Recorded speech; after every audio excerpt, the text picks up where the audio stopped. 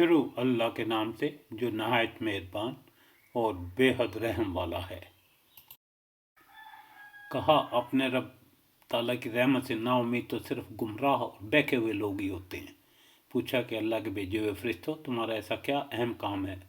انہوں نے جواب دیا کہ ہم مجرم قوم کی طرف بھیجے گئے ہیں، مگر خاندان لوط کے ہم ان سب کو ضرور بچا لیں گے، سوائے اس لوط کی بیوی کے کہ ہم نے اسے رکنے اور باقی رہ جانے والوں سے مقرر کر دیا ہے۔ جب بھیجے ہوئے فرشتے آل لوط کے پاس پہنچے تو انہوں نے لوط علیہ السلام نے کہا، تم لوگ تو کچھ انجان سے معلوم ہو رہے ہو۔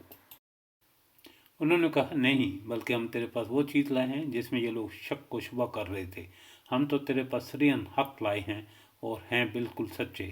اب تو اپنے خاندان سمیت اس رات کے کسی حصے میں چل دے اور آپ ان کے پیچھے رہنا، اور خبردار تم میں سے کوئی پیچھے مڑ کر بھی نہ دیکھے، اور جہاں کا تمہیں حکم کیا جا رہا ہے وہاں چلے جانا۔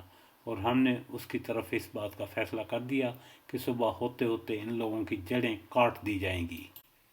اور شہر والے خوشیاں مناتے ہوئے آئے۔ لوط علیہ السلام نے کہا کہ یہ لوگ میرے مہمان ہیں، تم مجھے رسوا نہ کرو، اللہ تعالیٰ سے ڈرو اور مجھے رسوا نہ کرو۔ وہ بولے، کیا ہم نے تجھے دنیا بھر کی ٹھیکیداری سے منع نہیں کر رکھا؟ لوط علیہ السلام نے کہا، اگر تمہیں کرنا ہی ہے تو یہ میرے بچیاں موجود ہیں، تیری عمر کی قسم وہ تو اپنی بدمستی میں سرگرداں تھے۔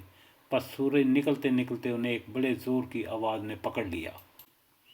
بالآخر ہم نے اس شہر کو اوپر تلے کر دیا اور ان لوگوں پر کنکر والے پتھر برسائے۔ بلا شبہ بصیرت والوں کے لیے اس میں بہت سی نشانیاں ہیں۔ یہ بستی عام گزرگاہ پر ہے اور اس میں ایمان والوں کے لیے بڑی نشانی ہے۔